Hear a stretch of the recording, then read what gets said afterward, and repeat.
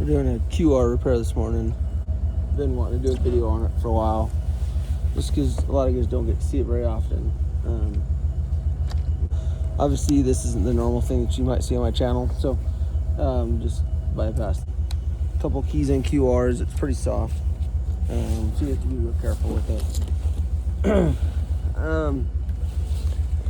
Even the smaller, this is 1125, but even the 540 QR I'll usually cut with a saw.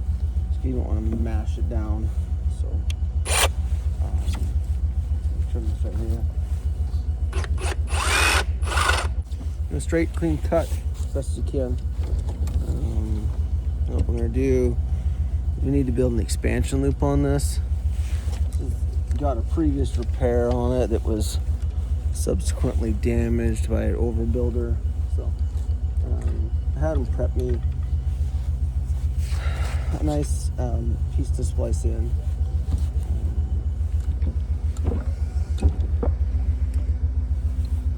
I'm gonna avoid like multiple bends any chance you can. So like your expansion loop is already there. You don't want to like straighten it out and then build another one in there.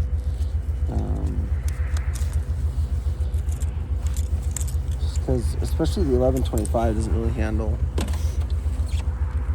flex back and forth very well. So kind of a weird spot for an expansion loop, but we're kind of at the mercy of what we've got. This coax is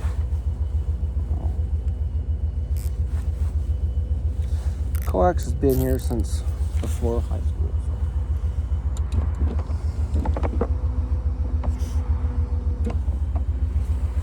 So big expansion loop.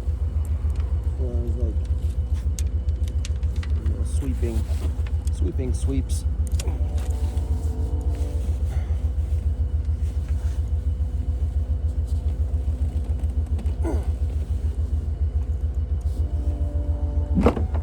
You don't want any severe bends at all, any stuff that'll crack. You hate in life. It's just gonna end up funny because you're gonna have expansion right next to the tap. It's okay.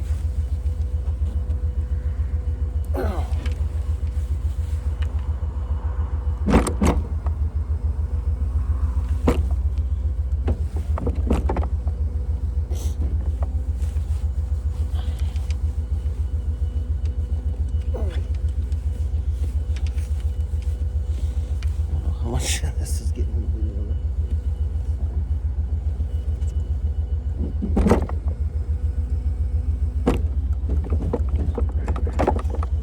So we want it a little bit farther away from the pole. Cut the in here. Hacksaw works great for this. I used the hacksaw for a lot of years.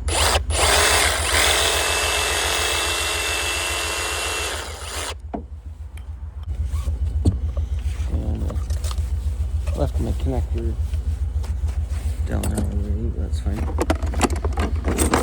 So coring tools, you'll see a couple different kinds, but all of them peel the dielectric out first. If this, the dielectric inside, if this jacket is peeled back at all, you have to cut the connector back. I'm going to show you that on some 540, a little bit easier to see. So you just use this piece first. Essentially the foil shielding isn't strong enough to be cored against unless it's got the vinyl jacket on it, so it's kind of weird.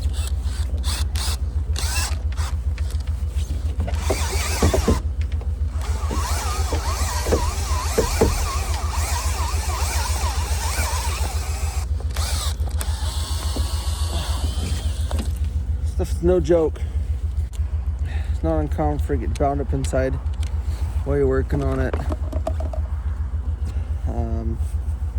Pick it out with your knife. Very important in between cores to make sure everything's out. Even to the point where if you have to pull the set screw and slide that off there, then you need to do that. But that's gonna have to come apart. So this is the jacket stripper tool. Slides on and you twist it. I have better luck, in cleaning off the dielectric here before you strip that jacket. Not as important with the 1125, but with 540, you pretty much have to do that. So different on 1125 than the other stuff that I've dealt with. I'll just continue to try and clean in the exact same spot over and over again until I get down the center conductor, and then peel it off like an orange or whatever. Generally speaking. There we go. You see, once you get to there, then you can just peel it right off there.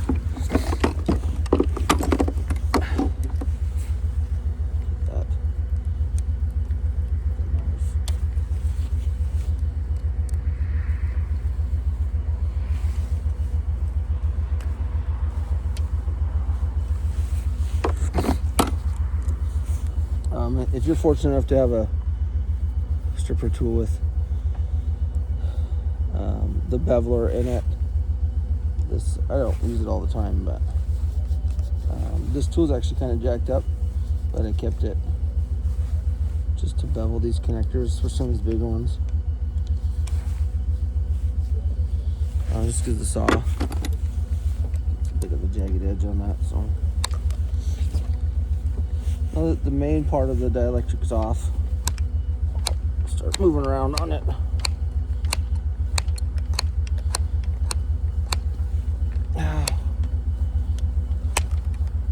This is more difficult than some of the other stuff to do.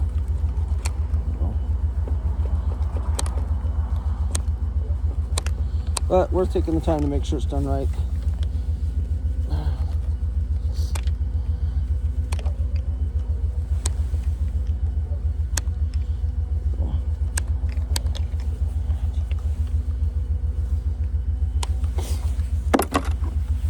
So that tool is on there. It just turns just like your normal jacket stripper does. You use it by hand.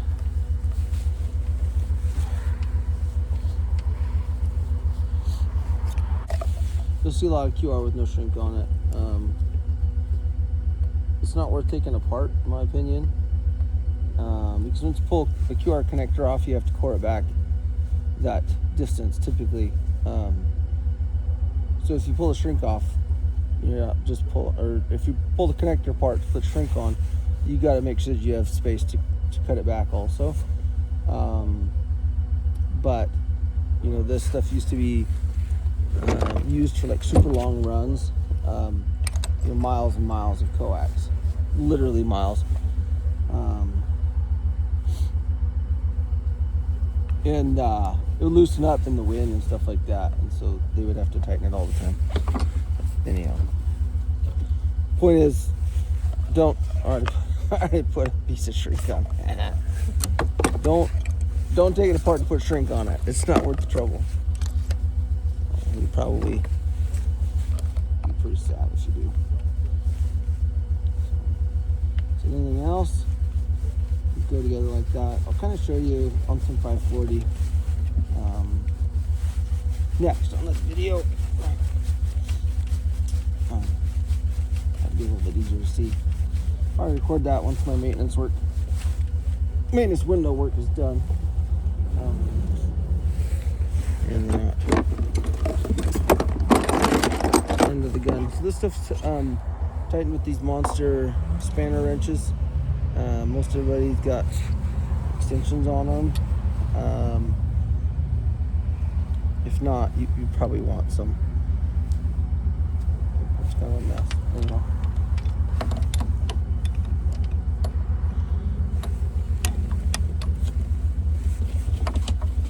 Just keep the pressure. Anything else.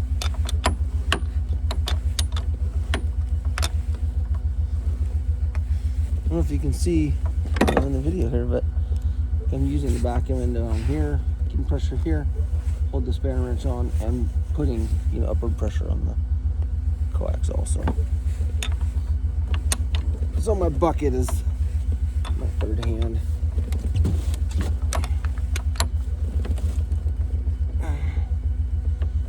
And on the 1125 stuff, anyhow, it's pretty friggin' tight.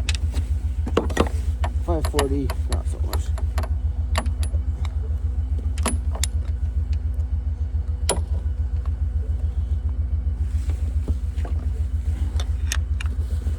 You'll kind of notice. So this is the damage. So we're putting like a 6 foot, 8 foot piece of 500 in the middle of this. So you'll notice that I did the QR stuff first because it's just more of a pain to manage. And so this is my new repair piece here. Anyhow,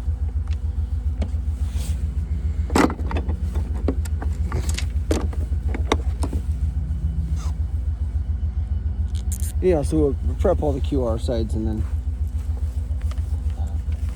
come back and manage the 500 because it's a lot easier to get the length exactly the way you want it and stuff. Whereas this stuff can be fun. So.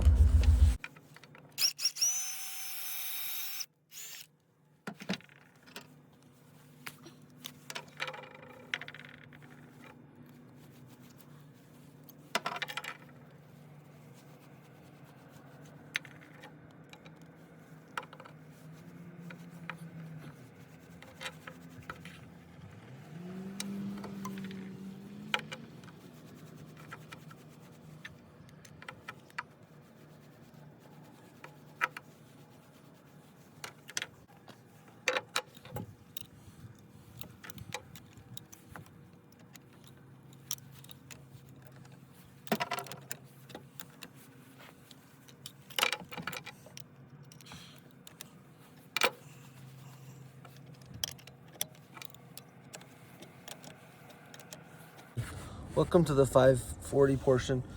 It's funny, as I was listening to the stuff I recorded earlier, I kept messing up the connector versus conductor and whatever. If you guys don't know what I'm talking about, you shouldn't be watching this anyhow.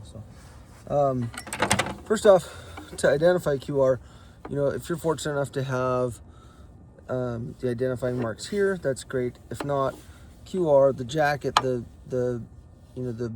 PVC portion will always be entering the back nut of this. That jacket is part of the strength that this back nut grabs onto.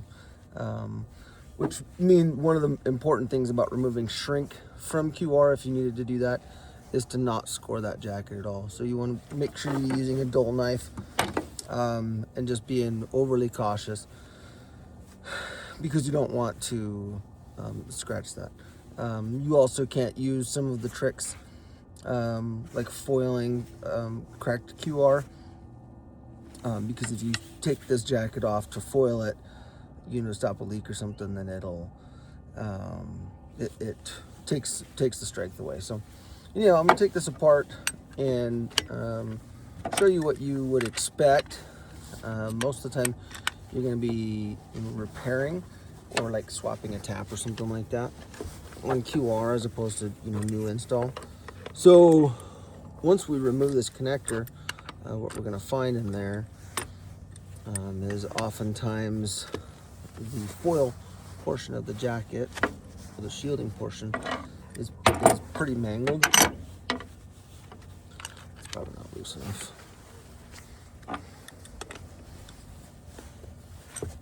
This is more difficult when it's not catch the strand. So in our system and billings, we have 540, 860, and 1125. And as I mentioned before, on the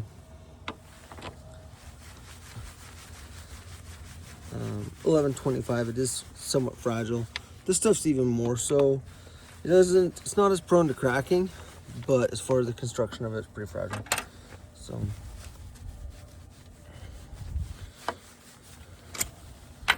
You can see, here's what's very important.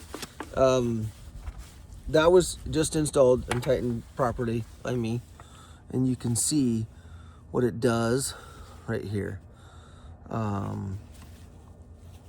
Also the jacket where it's grabbed onto right here. So I can't just put this connector back on because it'll line up in a different place, and once it tightens, it's going to create a crack right here, which will just, you know, it'll cause the rest of this to crack, and you get a leak, and you know, all kinds of things like that. So anytime you remove a connector on QR, you should expect to have to cut this down and recore it. Now, this metal here is too soft to just cut the stinger center conductor like we normally would. This is just, I mean, you just smash it with your fingers. Which, by the way, if you do accidentally smash it, your needle nose pliers, just open them up a little bit, and you can, you know, straighten that back out. However, so the best way to do this is to just get rid of this 1/2 inch of foil there, and you can do it by, you know, just cutting it with your knife, like that, and then just score that, and then it'll peel right off, generally speaking, just like that. And then you'll go ahead, cut your stinger down a little bit past, you know, where you need to go. So there's your stinger cut.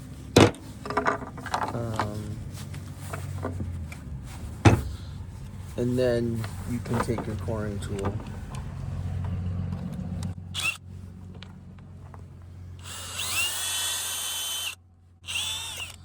You see that, record it. Actually, we probably want to go a little farther than that because we still have the mark on the jacket here. On that PVC.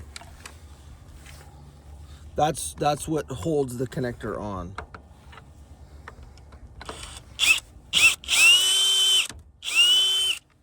There we go. So as you can see, in order to do that, this is how much stinger I cut off. What, 3/4 of an inch or so? So that's how much shorter this coax is now. I